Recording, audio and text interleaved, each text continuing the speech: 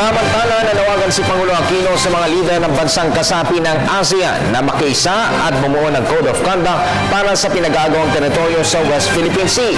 Sinabi ito ng Pangulo sa kanyang pagdalo sa 26th ASEAN Summit sa Malaysia. Sa pagbubukas ng naturang summit, Malaysian Prime Minister Najib Razak na ngayong taon itataguyod ng ASEAN Community. Si Elena Luna ang ating tagapagbalita. Our people, our community, our vision. Ito ang tema na ika-26 na summit ng Association of Southeast Asian Nations na dinadaluhan ni Pangulong Aquino at iba pang lider ng rehiyon sa bansang Malaysia.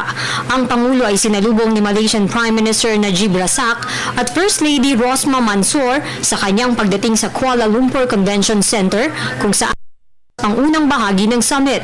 Ayon sa leader ng Malaysia, ang 2015 ay mahalaga sa kasaysayan ng ASEAN dahil ito ang taon kung kailan itataguyod ang ASEAN Community.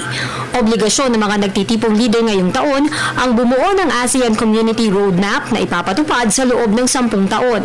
May 3 haligi ang ASEAN Community, ang political security, ang economic at socio-cultural. Sa mga ginawang pagpupulong sa unang araw ng summit, muling nanawagan si Pangulong Aquino na magkaisa ng Code of Conduct para protektahan ang pinag-aagawang teritoryo sa West Philippine Sea.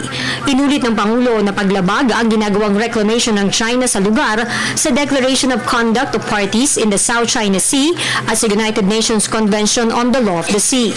Sa pareho ding pagpupulong, pinasalamatan ng Pangulo ang pamahalaan ng Malaysia, Brunei Darussalam at Indonesia sa tulong na ibinigay nila para mabuo ang Comprehensive Agreement on the Bangsamoro. Inihayag din ni Pangulong Aquino ang pagsuporta para maging ika-11 miyembro ng ASEAN, pati na rin sa bansang Norway para formal nang maging dialogue partner ng rehiyon. Samantala, gaganapin sa Langkawi ang pangalawang bahagi ng ASEAN Leaders Summit. Para sa Telebisyon ng Bayan, Elena Luna.